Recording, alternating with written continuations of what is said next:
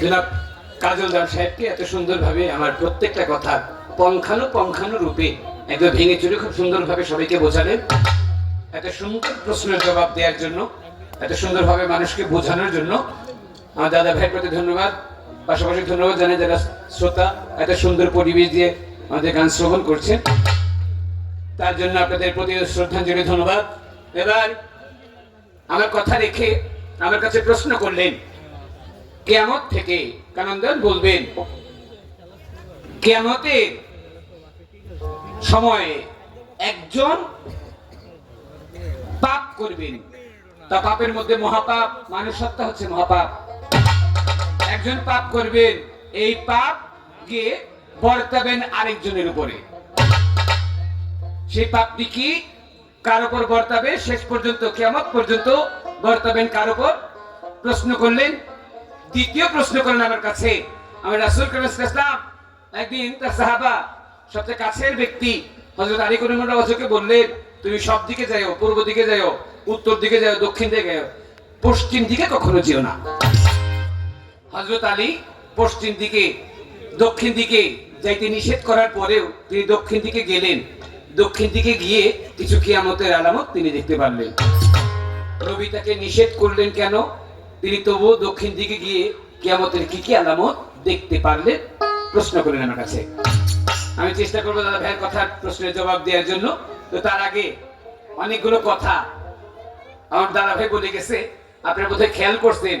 আমার দাদা ভাই প্রথমে দ্বারা বলতেছে বাংলাদেশের মধ্যে, দেশের বাইরে যারা অনেক শিক্ষার্থী, আমাদের যেমন প্রদীপ, আমার ভাই জনাব কানন দেওয়ান, জনাব কানন দেওয়ান, এই কথাটা আমাকে একদম খুব বড় সড়ো করে আমার ভাই বলতেছে, আসলে বিদ্যা বুদ্ধি জ্ঞান, গানের সুর তাল লয় কিছুই আমার কারণ আমি কাজল দেওয়ানের জানা নাই। আমি মনে মনে চিন্তা করি, আচ্ছা এটা আপনারা যারা গান শুনতেছেন, আপনাকে সবাই বিশ্বাস করেন যে বাংলাদেশের মধ্যে কাজল দেওয়ানের উপর আর কোনো বাউল শিল্পী নাই? বিশ্বাস করলে হাতু ডান হাত উঠাতে হবে না, শীতের মধ্যে হাত উঠাতে গেলে কষ্ট। এটা তো আপনারা বিশ্বাস করেন যে বাংলাদেশের মধ্যে সবচেয়ে জনপ্রিয়।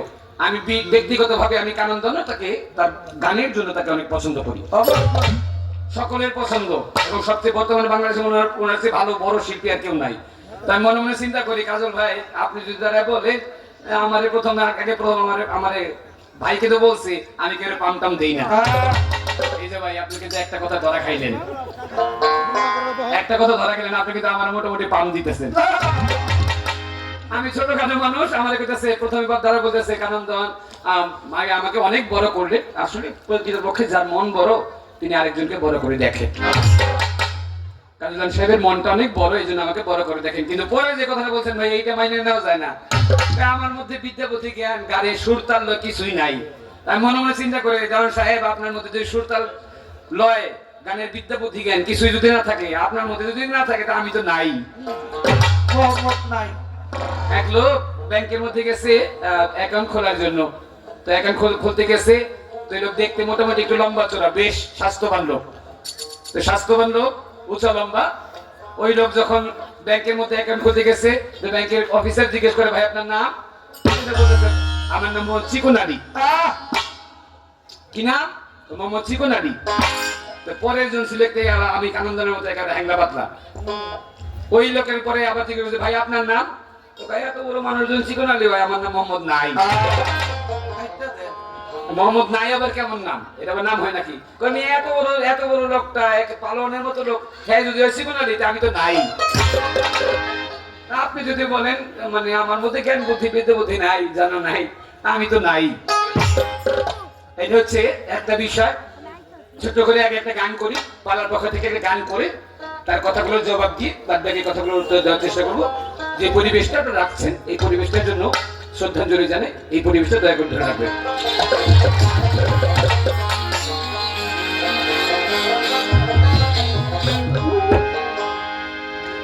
ওরে হলো জাহাবাদ, বাকি কিছু নাই আর, হলো জাহাবাদ, বাকি কিছু নাই আর, সকাল সকাল এখন গেলে বাঁচি গো সংসারের সংসার, মাইনা নাই চাকরি, এই ঝকমারি কত করে দেখেছি গো সংসার।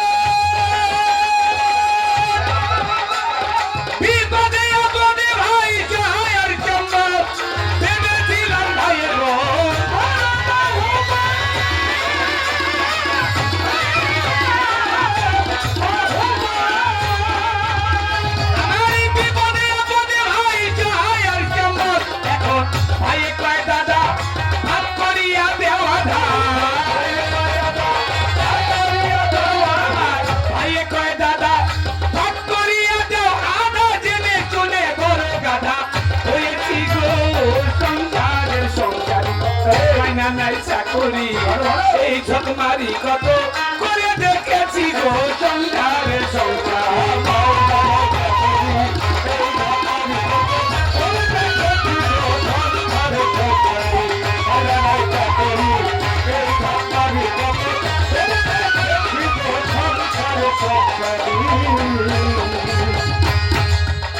আমার ছেলের মতো আদর আমি কেউ রে করি না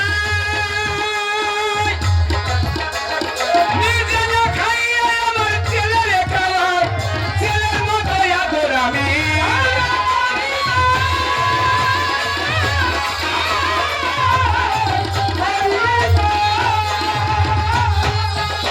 আমি নিজে না খাইয়ে আমার ছেলেরে খাওয়াই এখন ছেলে কই বুড়া এই বুড়া নষ্টের ঘোড়া ছেলে কই বুড়া আমার ছেলে কই বুড়া এই বুড়া নষ্টের ঘোড়া জেনে চলে হার ঘোড়া করেছি গো সংসার সংসার মানা নাই চাকুরি এই জগমারি কত করে দেখেছি গো সংসারের সংসার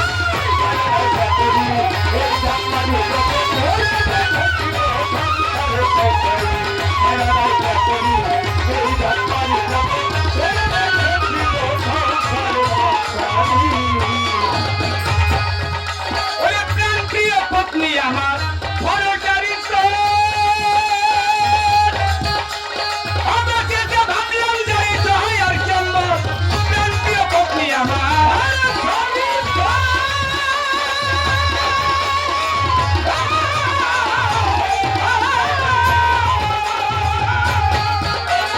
আমাকে যে ভাবলাম যাই সহায় আর সম্ভব এখন সে ভাগি করি রাগারাগি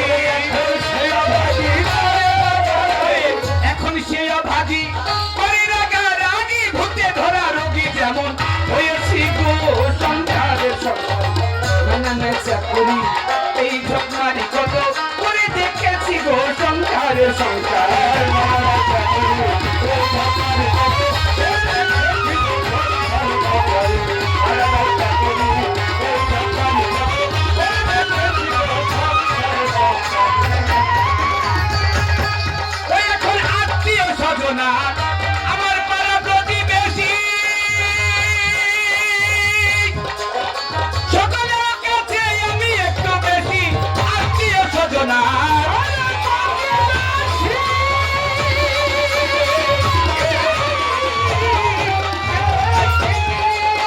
সকলের কাছে যেন আমি একটু বেশি নাই বলে দিজ যাচ্ছে কেউ না ভালোবাসে বলে দিজ যাচ্ছে কেউ না ভালোবাসে আসিয়া এই মায়ার দেশে তাই থেকেছি গো সংসারে সংসারে এই ঝরমারি কত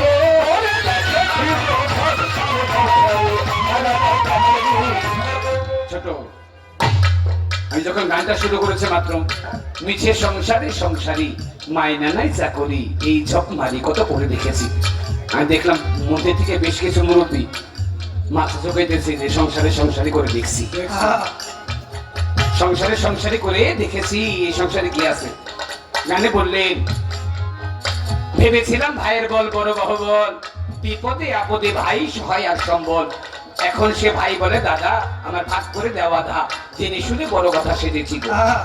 ছেলের মতো আদর আমি কেউ রে করি নাই নিজে না খাই আমার ছেলেরে খাওয়াই এখন ছেলেই কয় বুড়া এই বুড়াই নষ্টের গোড়া জেনে শুনে হাল গোড়া করেছে প্রাণ প্রিয় পত্নী আমার ঘর স্বাস্থ্য অবশেষে ভাবলাম যারে সহায় আর সম্ভব এখন সে অভাগী পরে রাগারাগি ভূতে ধরা রোগী যেমন সেজেছিল আজকে বাবুজি খেয়াল করে দেখবেন সমাজে যখন আস্তে আস্তে ছেলে মোটামুটি যুবক হয় ছেলে যুবক হইলে রাত্রের বাজে 2টা বাবা মা পাশের ঘরে ঘুমায় ছেলে একটা কোরআন নিয়ে আইসা নিজের খাটের মধ্যে কোবায় কোবের শব্দ শুনে পাশের ঘর থেকে ছেলে বাবা ডাকতে বলে কিরে বাবা কি করস কই বাবা কোরআন যে খাট কোবাই কোরআন যে খাট কোবাস কেন বাবা এত বড় খাটের মধ্যে একা একা ঘুমাইতে ভালো লাগে না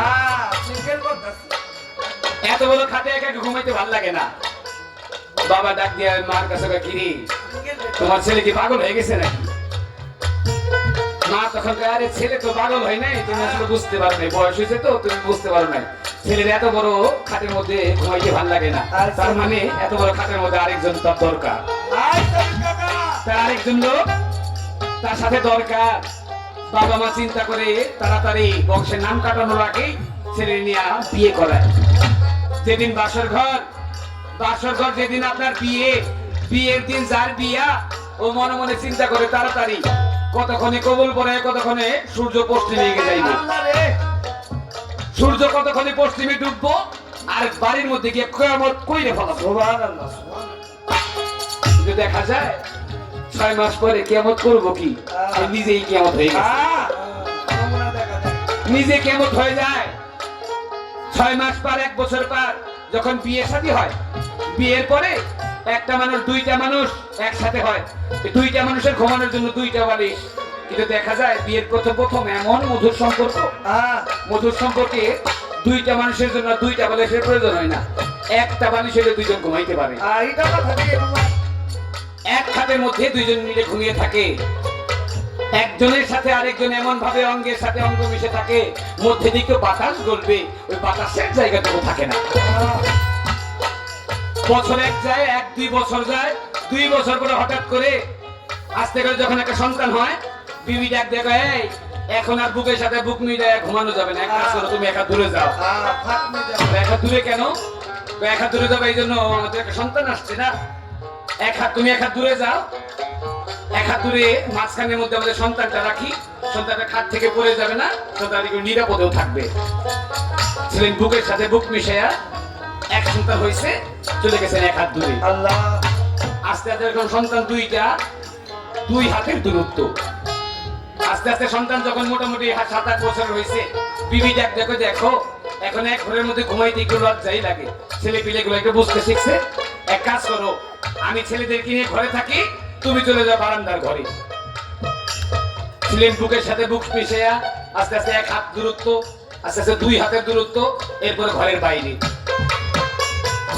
থাকতে থাকতে আস্তে আস্তে যখন বড় ছেলের বিয়ে করানোর বয়স হয়ে গেছে, বড় ছেলেদের বিয়ে করেছে, বিবি ডাক দেখো এখন তো ছেলেদের বিয়ে করেছে, ছেলের জন্য আলাদা একটা ঘর দরকার, এক কাজ করি, ছোট ছেলের নিয়ে আমি থাকি ঘরে, বড় ছেলের দিয়ে বারান্দার ঘরে। বুড়া ডাক দেখো, তাহলে আমার অবস্থা, বুড়ার ডাক দেখো, এক কাজ করো, যদি বাংলা ঘর থাকে তাহলে বাংলা করে যাও, আর যদি বাংলা ঘর না থাকে তাহলে তুমি গোয়াল করে যাও। যদি ডাক দেবে না, আমার বাড়ি, আমার ঘর, আমার পরিবার, সবকিছু আমার, আর আমার কাছে গিয়ে গোয়াল ঘরের মধ্যে থাকতে, আরে শাইন মাইন্ড করো কেন? মাইন্ড করলে শাইন করা যায় না। তুমি বৃদ্ধ মানুষ, রাতের বেলা খুকুর কাশো, তোমার কাশির জন্য ছেলে পেলে ঘুমাইতে পারে না, এক কাজ করো, তুমি বৃদ্ধ করে ওই বারান্দার ঘরে গিয়া, ওই গোয়াল ঘরে থাকলে তুমি গিয়া তোমার কাশি সব দেখা ঘুমো নষ্ট হইব না, আর তুমি যদি গোয়াল ঘরে থাকো, গরুগুলো একটু দেখা থাকবে, গরুকে চুরি নিব না। আপনার বাড়ি, আপনার ঘর, ছিলেন আপনি বুকের সাথে বুক মিশে, 1 হাতের দূরত্ব, তারপর 2 হাতের দূরত্ব, তারপর পাশের ঘরে, এখন চলে গেছেন আপনি গোয়াল ঘরে। গোয়াল ঘরে থাকতে থাকতে যেদিন আপনার বড় ঘরে ডাক এসে যাবে, সেদিন আপনার বড় ঘরে ডাক এসে গেলে আজরাইল এসে আপনার জানটাকে কবজ করে নিয়ে যাবে, এরপর নিয়ে আপনাকে রাখবেন এই মাটির ঘরের মধ্যে। ওই মাটির কবর আপনি কেমন আছেন একদিন গিয়ে কেউ খোঁজও নেবে না। তাই কবিতা গান হচ্ছে, হলো যা হবার বাকি কিছু নাই আর, বাকি কিছু নাই আর, সকাল সকাল এখন গেলে বাঁচিব সংসারে সংসারে, মাইনা নাই এই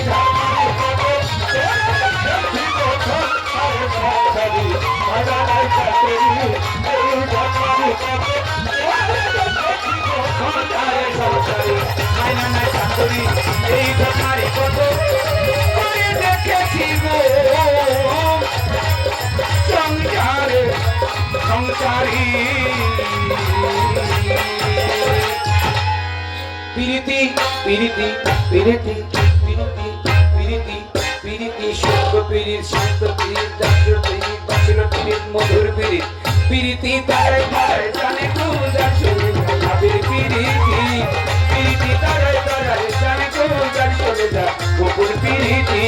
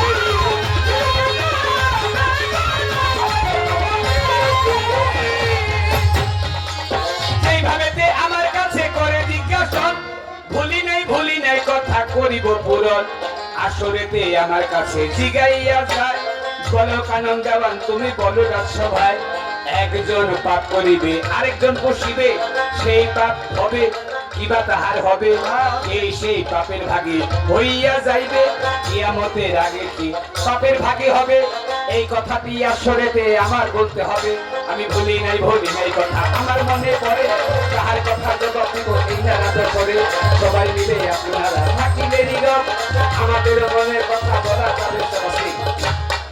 আল্লাহ পাক সর্বপ্রথম দুনিয়া থেকে নয়, বেহেশতের মধ্যে থেকে পৃথিবীর প্রথম যে মানব আদম আলাইহিস সালামকে আল্লাহ পাক তৈরি করলেন বেহেশত থেকে। আদম এবং হাওয়া দুজনে উৎপত্তি হলেন বেহেশত থেকে। বেহেশত থেকে আল্লাহ পাকের মনের মধ্যে ছিল পাঁচটি ভাব, আমি মানুষ তৈরি করব, সেই মানুষ আমাকে জানবে, আমাকে চিনবে, আমি তাদের মধ্যে প্রেম বিলি করব, একদিন আবার তাদের ধ্বংস করব, আবার এক সময় তাদের কাছ থেকে হিসাব গ্রহণ করব। এই ভাবগুলো নিয়ে আল্লাহ পাক আদমকে তৈরি করেছেন। তাই আদমকে আল্লাহ তৈরি করেছেন, মানব বাগান তৈরি করবেন, এই মানব বাগানের জন্য আদমকে বানাইছেন। আদমকে আল্লাহ পাক বললেন, আদম তুমি সবকিছু খায়ো, নিষিদ্ধ বল গন্ধম কিন্তু খায়ো না। খাইও না। আদম কথা মানলেন না, কথা রাখতে পারলেন না। হাওয়া বিবির চক্রান্তে পড়ে আদম গন্ধম খাইলেন। আল্লাহ পাক আদমকে দুনিয়াতে নিক্ষেপ করলেন। আদম দুনিয়াতে আসলেন, দুনিয়াতে এসে 300 মতান্তরে 350 বছর কান্নাকাটি করলেন। 350 বছর পরে আল্লাহ পাক বললেন আল্লাহর কাছে, আদম বললেন, আল্লাহ ওই যে আরশ কানুনের মধ্যে লেখা রেখেছিলাম লা ইলাহা ইল্লাল্লাহু মুহাম্মাদুর রাসূলুল্লাহ সাল্লাল্লাহু আলাইহি ওয়াসাল্লাম, আপনার নামের পাশে একটা নাম, ওই নামের ওসিলায় আপনি আমাকে maaf করে দেন। আল্লাহ পাক বলেন, আদম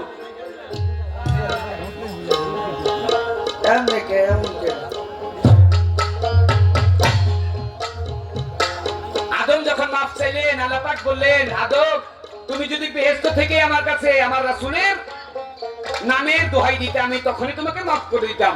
যেহেতু তুমি দুনিয়াতে তোমাকে পাঠিয়েছি, তাহলে দুনিয়াতেই থাকো, আমি তোমার গুনাহ মাফ করলাম। আদমের গুনাহ মাফ করলেন, এই পৃথিবী চলমান হইলেন, পূর্ব দিক দিয়ে সূর্য উঠছে, দুনিয়া চলমান হইলেন, সূর্য উঠলেন, আলোকিত হইলেন, একজন একজনকে দেখলেন। একদম একজন আরেকজনকে দেখার সঙ্গে সঙ্গে লজ্জা পাইলেন। আদম যখন বেহেশতে ছিলেন তখন তার শরীরে ছিল বেহেশতি পোশাক, যখন বেহেশত থেকে তাকে দুনিয়াতে নামাইলেন তখন তিনি বেহেশতি পোশাক তার কাছ থেকে খুলে নিলেন। কিন্তু প্রথম দিকে আদম ছিলেন, দুনিয়া ছিল অন্ধকার, নিজের ইজ্জত নিজে দেখতে পারেন নাই, লজ্জা লাগে নাই। কিন্তু যখনই আদম মাপ পাইলেন, যখন সূর্য উঠলেন, সূর্য ওঠার সঙ্গে সঙ্গে সূর্যের আলোকে সবকিছু আদম দেখলেন, নিজের দিকে তাকিয়ে আদম লজ্জা পেয়ে গেলেন।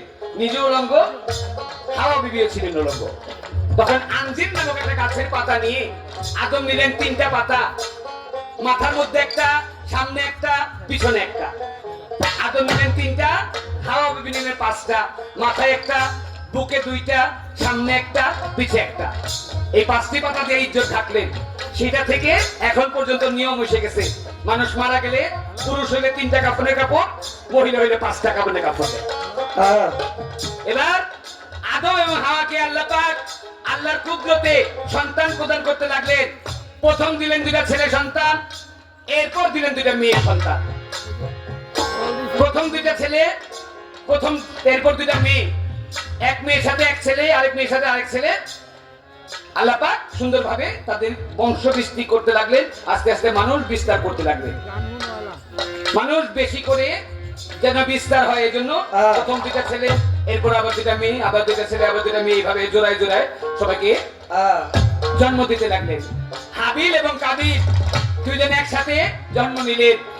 হাবিলের পরে 2জন মেয়ে জন্ম দিলেন, একজন হচ্ছে আকলিমা, একজন হচ্ছে গাছ বিবি। হাবিলের সাথে বিয়ে দিলেন আকলিমার, কাবিলের সাথে বিয়ে দিলেন গাছ বিবিকে।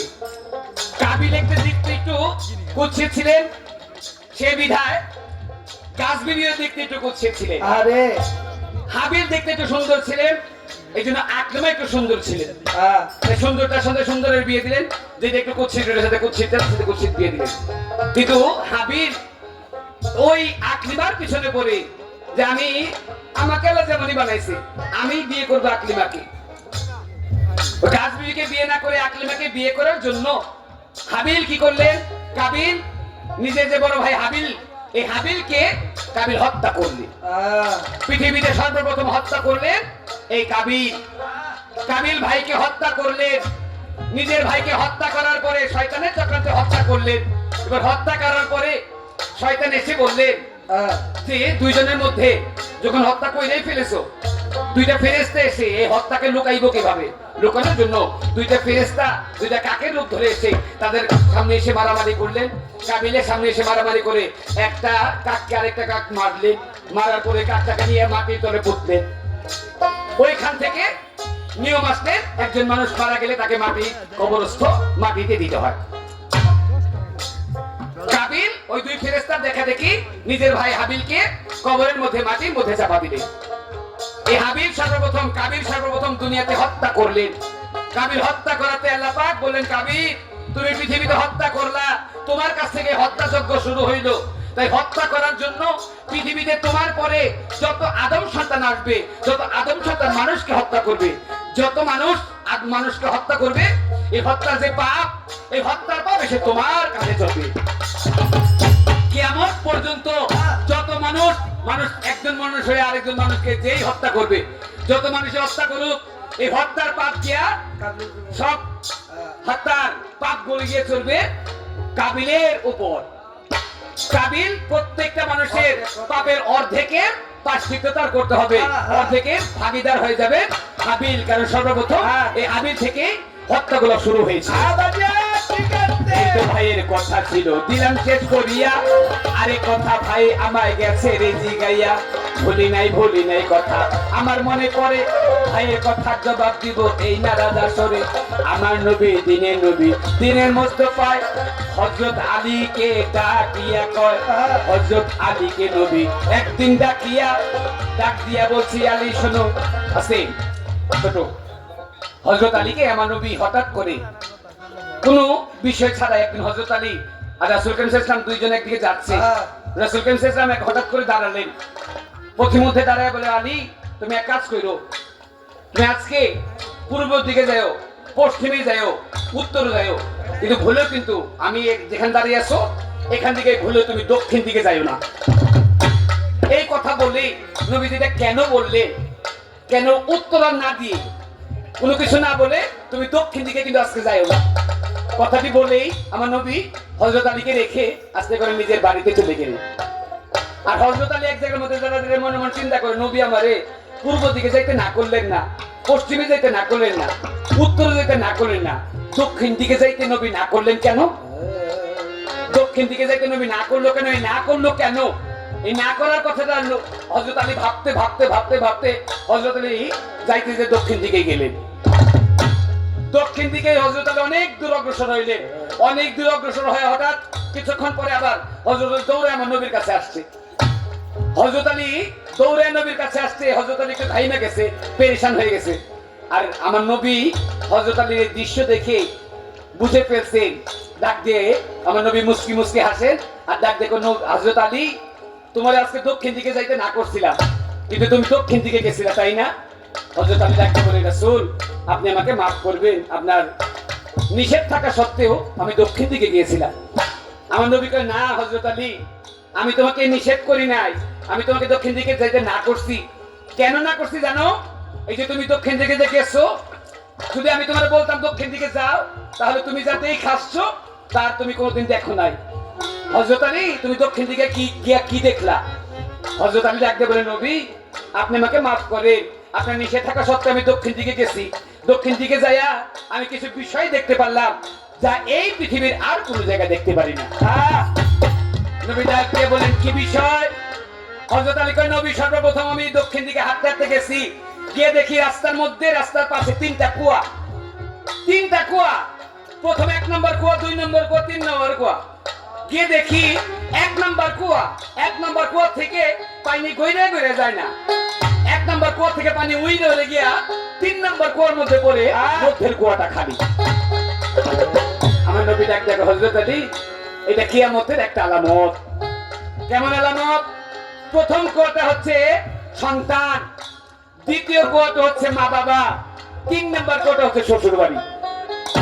কিয়ামতের আগে, কিয়ামতের আলামত এমন হবে, কিয়ামতের আগে কিছু সন্তান হবে, এই সন্তানগুলো যেই বাবা মা মাথার ঘাম পায়ে ফেলে, যে বাবা কষ্ট স্বীকার করে, যে মা এত কষ্ট করে গর্ভের মধ্যে রেখে জন্ম দিবে, যেই বাবা মা এত কষ্ট স্বীকার করে সন্তানাদের জন্ম দিয়া লালন পালন করে বড় করবে, আর এই সন্তান বড় হবে, বড় হইয়া সন্তান বাবা মারে ভাত দিবে না, শ্বশুর বাড়ি মধুর হাড়ি নিয়ে যাবে। আজকে বাবা এটা কি বর্তমানে আমাদের পৃথিবীতে ঘটতেছে না? এমন অনেক সন্তান আছে, খেয়াল করে দেখবেন, নিজের বাবা মারে ভাত দেয় না, শ্বশুর বাড়ি গিয়া শ্বশুরকে আব্বা চান, আব্বা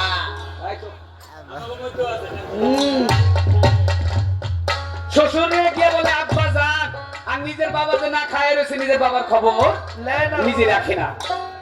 আমার নবী বলেন হযরত আলী, ওই কুয়াগুলো হচ্ছে, প্রথম কুয়া হচ্ছে সন্তান, দ্বিতীয় কুয়া হচ্ছে মা বাবা, 3 নম্বর কুয়া হচ্ছে শ্বশুর বাড়ি। প্রথম কুয়া থেকে 3 নম্বর কুয়ার মধ্যে পানি পড়বে, মধ্যের কুয়াটা থাকবে খালি। হযরত আলী আর কি দেখছো? হযরত আলী নবী আর কি দেখছি? নবী গিয়ে দেখলাম একটা ক্ষেতের মধ্যে কিছু লোক বেড়া দিছে ক্ষেত বাঁচানোর জন্য। ক্ষেতে যেমন গরু ছাগল গিয়ে ঘাস না খায়, কিন্তু গিয়ে দেখলাম বেড়া দিছে গরু ছাগল থেকে বাঁচানোর জন্য। আর গিয়ে দেখে যে ঘাস বাঁচানোর জন্য বেড়া দিছে, গিয়ে দেখে বেড়াই ক্ষেত খাইতেছে। আমার নবী ডাক দেখো, হযরত আলী এইটাও কিয়ামতের একটা আলামত।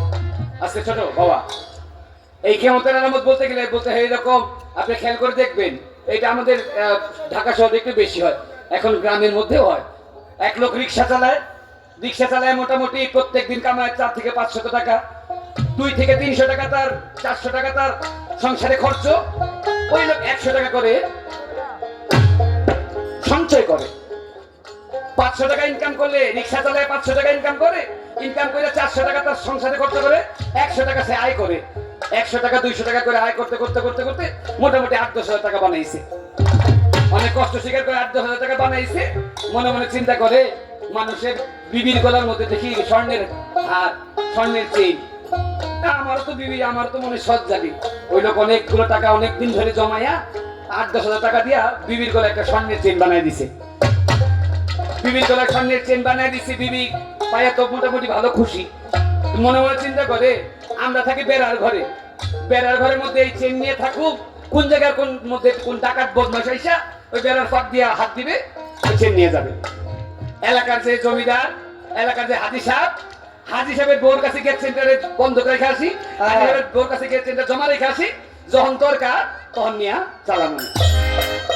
চেন বাঁচানোর জন্য কি হাজি সাহেবের বিবির কাছে গেছে, হাজি সাহেবের বিবি ডাক দেখো, আরে তোমার নিজের বাড়ি মনে করো, তোমার নিজের আলমারি, তোমার নিজের সিন্ধুক মনে করো, চাবিটা নিয়ে রেখে যাও, যখন তোমার মন চায় তুমি এই সাহেব তোমার চেন নিয়ে যাও।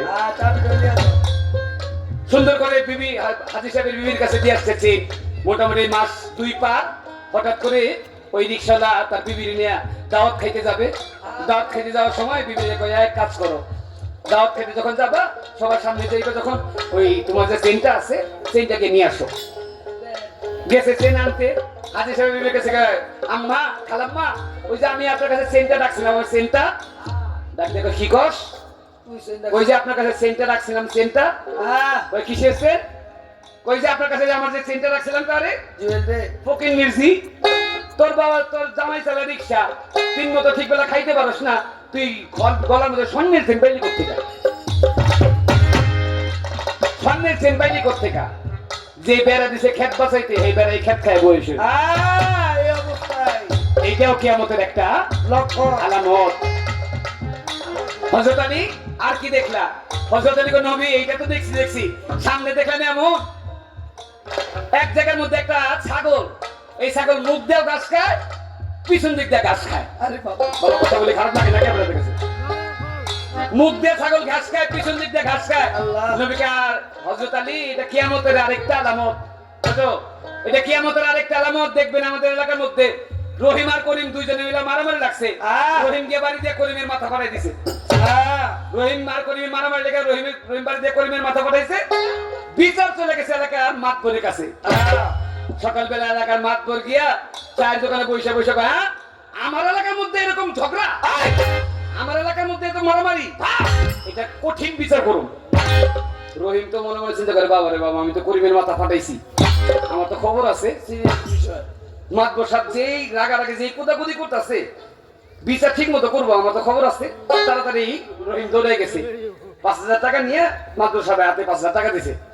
মাদ্রাসা সাহেব, আমরা তো আপনারই পোলাপান, আমরা তো আপনারই পোলাপান, আর কি করবেন? এক কাজ করেন, মাথা ফাটাই ফেলাইছেন, ভুল করে মাথা ফাটাইছে। এক কাজ করেন, এই বেচাটা কিন্তু আপনি দেখতে 5,000 টাকা আপনি চা খায়। এইটা কি দরকার ছিল? আচ্ছা, যা দেখুন।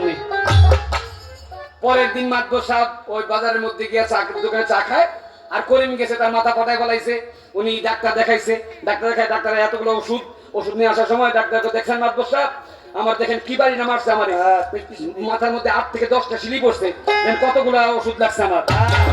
মাদ্রাসা সাহেব ডাক দেখো, এই বেটা, তোর যে বাড়ি দিয়া করিম রহিমে যে তোর বাড়ি দিয়ে মাথা ফাটাইলো, হুদি তোর মাথায় বাড়ি হয়ে ফাটাইছে, হুদি তোর বাড়িটা দিছে, তুই কিছু না করলে তোর বাড়ি দিছে।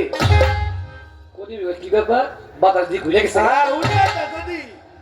বাতাসের দিকে আসছিল, অন্যদিকে বাতাস ঘুরে গেছে।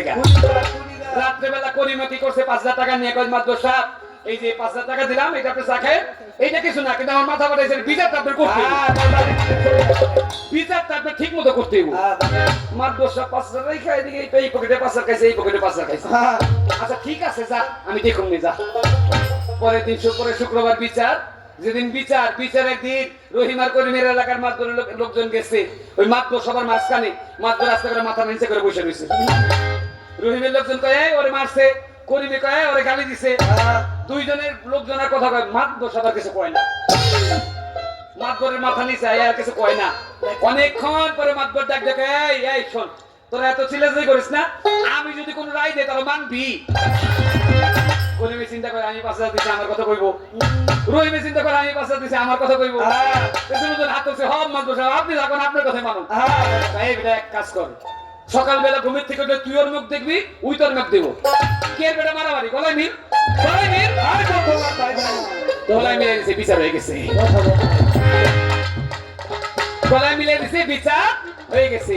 বিচার করবে কি? সে তো মুখ দিয়ে খাইতেছে, পিছন দিক দিয়া খাইতেছে। আমার নবী হযরত আলীর কাছে বলে, হযরত আলী, এইটি হচ্ছে কিয়ামতের আলামত। একদল মানুষ আসবে যারা একদিক দিয়ে খাবে, ওদিক দিয়েও খাবে, তারা হবে ছাগলের মতো। আর কি দেখছো তুমি, বলো না আমারে। হযরত আলী বলছে, তখন বলি ধীরে ধীরে, হযরত আলী বলে, নবী আরেক জায়গায় গিয়ে দেখে একটা ঘর, আমার রাসূল ডাকতে বলে, ওইটা হচ্ছে আল্লাহর কুদরতের ঘর।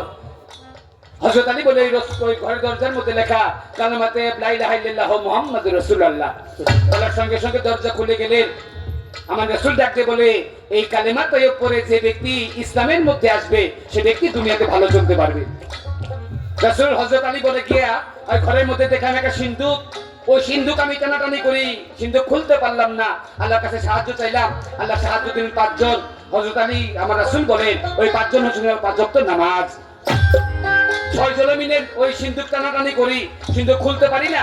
এরপর আবার আল্লাহর কাছে সাহায্য চাইলাম, আল্লাহ সাহায্য দিলেন 30 জন। রাসূল বলে, 30 জন হচ্ছে তোমার 30টা রোজা। এই 36 জন মিলে টানাটানি করি, সিন্দুক খুলতে পারি না, আবার আল্লাহর কাছে সাহায্য চাইলাম, এইবার আল্লাহ সাহায্য দিলেন 1 জন। আমার রাসূল বলেন, ওই 1 জন হচ্ছে তোমার ঈমান। হযরত আলী ডাকতে বলে, ওই আমার আরেকজন যখন একজন আসলেন, ওই একজন এসে সিন্দুক টান দিলেন, সিন্দুক খুলে গেল, সিন্দুকের ভিতর থেকে ধোঁয়া বের হইলেন। এই ধোঁয়া আকৃতি নিলেন একটা পালোয়ানে, ওই পালোয়ানের হাতের মধ্যে গুর্জা, ওই গুর্জা দিয়ে তিনি আমাকে আঘাত করলেন। আমি আল্লাহু আকবার বলে চিৎকার মারলাম, নবী আমার কিছুই হয় নাই। আমার রাসূল ডাকতে বলে, তোমার ঈমানটা শক্ত, এই জন্য তোমার কিছু হয় নাই। যদি তোমার ঈমানের মধ্যে একটু নরবর থাকতো, ওই গুর্জার বাড়িতে তুমি বালুর সাথে মিশে যাইতা। এই তো আলী দেখেছিল, বললাম ঘটনা, ছোট্ট করে তাহার কথা দিলাম গো বর্ণনা। তাহার কথায় আসরেতে গেল সে করিয়া, ছোট্ট একটা কথা তারে যাই করে নিগায়া। ছোট্ট একটা কথা বলি, আমার ভাইয়ের ধারে করে জবাব দিবে এই আসরে। আমার ভাইয়ের কাছে ছোট্ট করে যে কথাগুলো ছিল, আস্তে আস্তে বলতেছি। আমার ভাই, আগে প্রশ্নটা রাখি ছোট্ট করে, একটা বিষয়ে খুব সুন্দরভাবে জবাব দিলেন। 5টি প্রশ্ন মানুষকে আল্লাহ করবেন। এই 5টি প্রশ্নের জবাব যদি কেউ, 5টি প্রশ্নের কর্ম যদি কেউ দুনিয়া থেকে করতে পারে, তার আখিরাতের দিন তার আটকাইতে হবে না। ভাইয়ের কাছে আমার ছোট্ট করে একটু জানার বিষয়, ভাইদের আপনি বলবেন, আখিরাতের দিন, হাসরের দিন, মানুষ যার যার কবর থেকে সে ব্যক্তি গেজা দিয়ে উঠবেন, যে যার যে এখানে কবর হবে ওই কবর থেকে মানুষ গেজা দিয়ে হাসরের দিন উঠবেন। সবার থাকবে ডান হাতে আমলনামা, প্রতিবন্ধার বাম হাতে আমলনামা। আমার ভাইয়ের কাছে আমার ছোট্ট করে একটু জানার বিষয়, ভাই আপনি বলবেন, এক ব্যক্তির ডান হাতে আমলনামা থাকবে না, বাম হাতে আমলনামা থাকবে না, এক ব্যক্তি আমলনামা নিয়ে উঠবে গলার মধ্যে সাইনবোর্ডের মধ্যে ঝুলায়। আপনি একটু বলবেন, ডান হাতে আমলনামা থাকলে নেকি বান্দা, বাম হাতে আমলনামা থাকলে প্রতিবন্ধ, এটা বোঝা যায়। কিন্তু একজনের গলার মধ্যে আমলনামা ঝুলাইয়া তারপর তিনি হাসরের দিন উঠবে। গলার মধ্যে আমলনামা ঝুলানোর কারণ কি? সেই ব্যক্তিটাকে। আর প্রত্যেকটা মানুষের যার যার কবর থেকে সে গেজা দিয়ে উঠবে। আমার একটু ভাইয়ের কাছে জানার বিষয়, ভাই আপনি একটু বলবেন, হাসরের দিন একজন মানুষ উঠবে 70টা কবর থেকে। একটা মানুষের তো 70টা কবর হইতে পারে না। একটা মানুষ উঠবে 70টা কবর থেকে উঠবেন মাত্র মানুষ একজন। মানুষ একজন, কিন্তু তার কবর 70টা হওয়ার কারণ কি? 70 কবর থেকে উঠবে সে ব্যক্তির নাম কি, তার বিষয়টা কি? এই তো তার, আমি এই তো ভাইয়ের কথা প্রশ্ন করে যাই, সুন্দর করে জবাব দিবেন ভাবুকের গোসায় আছে। আমি একটা না, আমার ভাইয়ের দুইটা কথা বলতে চাই। একটা প্রশ্নের জবাব দিব দুই ভাবে।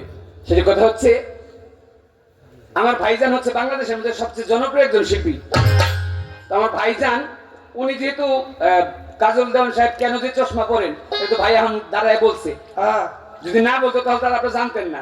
অবশ্যই। তো কাজল ভাই চশমা যে পড়ছে, চশমা কি খারাপ লাগে বাবা? না না, আস্তে তুই কষ্ট কিছু দেখো মুখে ব্যথা। কি রে বাবা, চশমা পড়ছে বাইরে কি খারাপ লাগে? তো আমার ভাই যদি চশমা পরে বাইরে যদি ভালো লাগে, তো ভাইয়ের মতো আমি বললে সমস্যাটা কোন জায়গায়? বড় ভাই বলে ছোট ভাই পড়তে পারি না? অবশ্যই। ওই হিসেবে বড় ভাই হিসেবে ছোট ভাই, আমি যেহেতু ছোট ভাই, আমি বাইরে দেখা দিয়ে তো পড়তে পারি। এটা হচ্ছে একটা বিষয়। আর এর চাইতে বড় বিষয় হচ্ছে, আমাদের সামনে আমরা যখন মঞ্চে দাঁড়াই, যেহেতু আমরা রাত্রেবেলা গান করি, তো রাত্রেবেলা মঞ্চে গান করলে হ্যালোজিন গুলো আমাদের একেবারে কাছাকাছি লাগানো হয়। আর যেহেতু আমরা মানে একেবারে সবার সামনে আসতে হয় আমাদের, আপনাদের সামনে হ্যালোজিন দেওয়া হয় নাই। এই জন্য দেওয়া হয় নাই যে আপনাদের মধ্যে কে কোন জায়গায় বসছেন এটা না দেখলেও সমস্যা নাই। তো কাজল গান কোথায় আছি, আমি কানন্দের কোথায় আছি, এটা দেখার জন্য, ভালো করে দেখার জন্য সবাই হ্যালোজিনটা আমাদের সামনে লাগায়। আর হ্যালোজিন সামনে লাগানো থাকলে সারা রাত্র হ্যালোজিনের আলোটা যখন চোখে পড়ে, দিনের বেলা রাত্রের বেলাতে কোনো সমস্যা হয় না। পরের দিন সকালবেলা গানে থেকে যখন ঘুমাই, ঘুমের থেকে উঠলে তখন দেখি যে ঝাপসা। এই ঘুম থেকে উঠে যখন ঝাপসা দেখি, কিছুদিন আগে ডাক্তার দেখাইছি, ডাক্তার বললেন যে আপনি আসলে করেন কি? তখন খুলে বললাম যে আমি আসলে শিল্পী, এইরকম বিষয়, আমি শিল্পী মানুষ, রাত্রেবেলা লাইটের সামনে থাকতে হয়। তখন বললেন যে যেহেতু লাইটের সামনে থাকেন, আপনার কাজ করেন, আপনি লাইটের সামনে, লাইটের আলোটা যেহেতু আপনার যেন আপনার চোখে না পড়ে, চোখটাকে একটু বাঁচা রাখার চেষ্টা করেন, তাহলে ঝাপসাটা আর দেখবেন না। এই জন্য যখন রাত্রেবেলা, এই জন্য আপনারা খেয়াল করছেন আমার ভাই কিন্তু চশমা খোলে নাই, কারণ ভাইয়ের হ্যালোজিন লাগলে চোখের ক্ষতি হবে। আর আমার জন্য এই ঝাপসাটা যেন না দেখি, এই জন্য মাঝে মধ্যে সানগ্লাস পরি, আর মাঝে মধ্যে সবাই একটু দেখতেও তো হয়। অবশ্যই। আপনারা যেমন আমার দেখেন, আপনাদের দিকে তো আমার তাকাইতে হয়, এই জন্য কিন্তু আমি মাঝে মধ্যে আবার সানগ্লাস খুলে রাখি। এই জন্য কিছুটা চোখকে বাঁচানোর চেষ্টা করি, আবার কিছু সময় খুলেও রাখি, জানি ভালো করে দেখতে পারি। ভাইয়ের মতো একেবারে আমার সবসময় পরে থাকতে হবে তা না, তবে এই ঝাপসাটার জন্য না দেখি, এই জন্য সানগ্লাসটা পরে। এটা হচ্ছে সবচেয়ে বড় বিষয়। ছোট্ট প্রশ্ন রাখলাম ভাইয়ের কাছে, কথাগুলো বললে অবশ্যই সবাই শুনবেন, একটা ভাব উদয় হবে আশা রাখি। এই পর্যন্ত কথা রাখলাম, সবাইকে ধন্যবাদ। প্রীতি তারাই তারাই জানে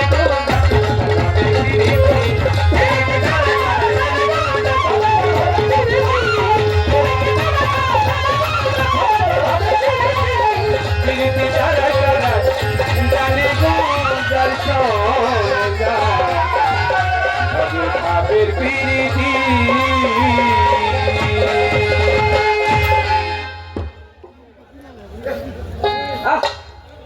দূর দূর দূর। ছোট্ট করে একটা গান করলাম পালা থেকে। হ্যাঁ, প্রথম দিক থেকেই দিনের বেলা যখন বিরতিতে, আজানের বিরতিতে বাইরে গেছি, অনেকে মুখে শুনলাম যে খালেক দেন সাহেবের গান করতে হবে। তো ছোট করে আমার দাদা খালেক দেন একটা বিচ্ছেদ গান করি।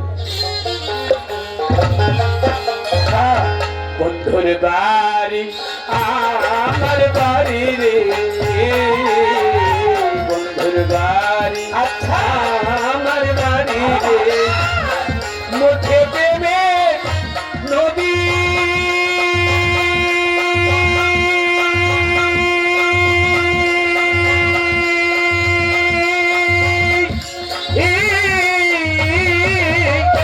উইরা যাইতে দেয় নাই পাখানে, উইরা যাইতে দেয় নাই পাখারে, দাদি দারুন বিধিরে মরলাম বন্ধুর পিড়িতে।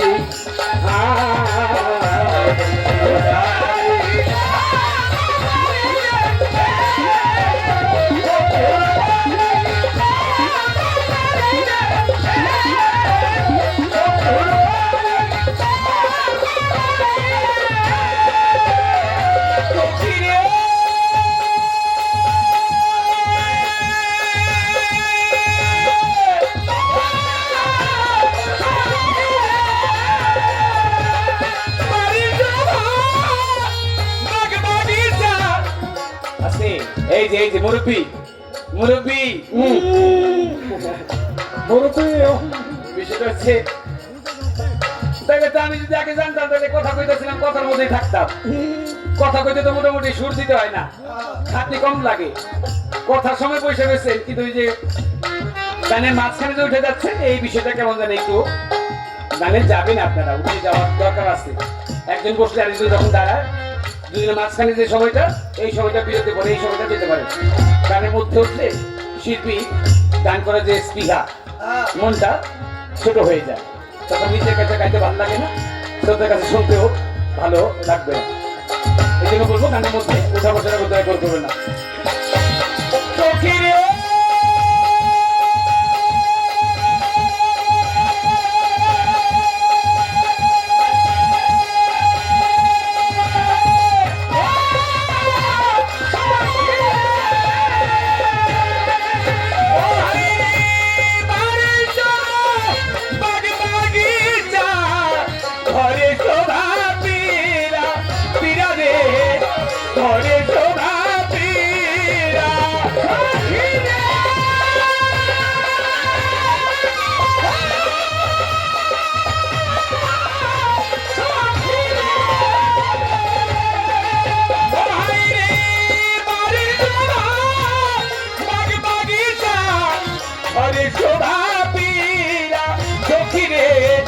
ঘরে শোভা পীরায়া নারী শোভা শাখা সিধু, নারী শোভা শাখা সিধু, নারী শোভা শাখা সিধু, নদীর শোভা ডিঙ্গাতে মরলাম বন্ধুর পিড়িতে, বন্ধুর বাড়ি আমার বাড়ি রে, বন্ধুর বাড়ি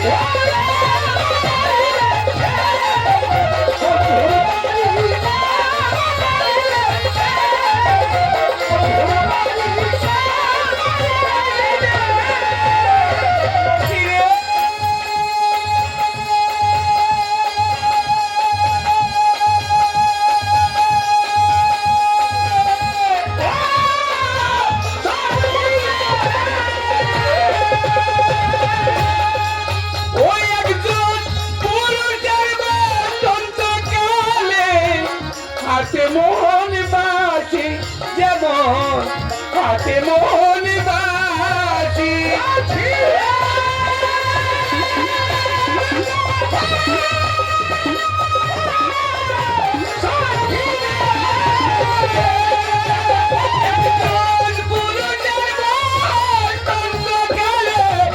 হাতে মোহন বাসি কৃষ্ণের হাতে মোহন বাসি, নারীর যৌবনের বেলা, নারীর যৌবনের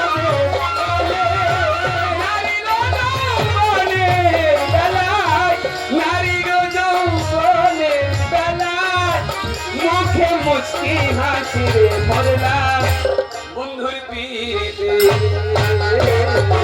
বন্ধুর বাড়ি আমার বাড়ি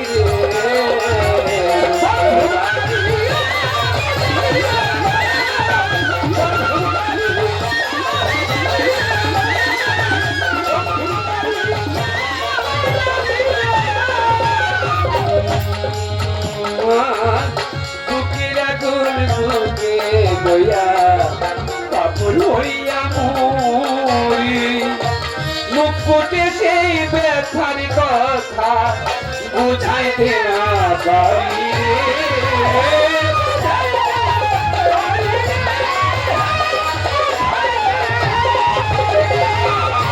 বুকের আগুন বুকের আগুন বুকে লইয়া কাপড় হইয়া মরি মুখ ফুটে সেই ব্যথার কথা বুঝাইতে না পারি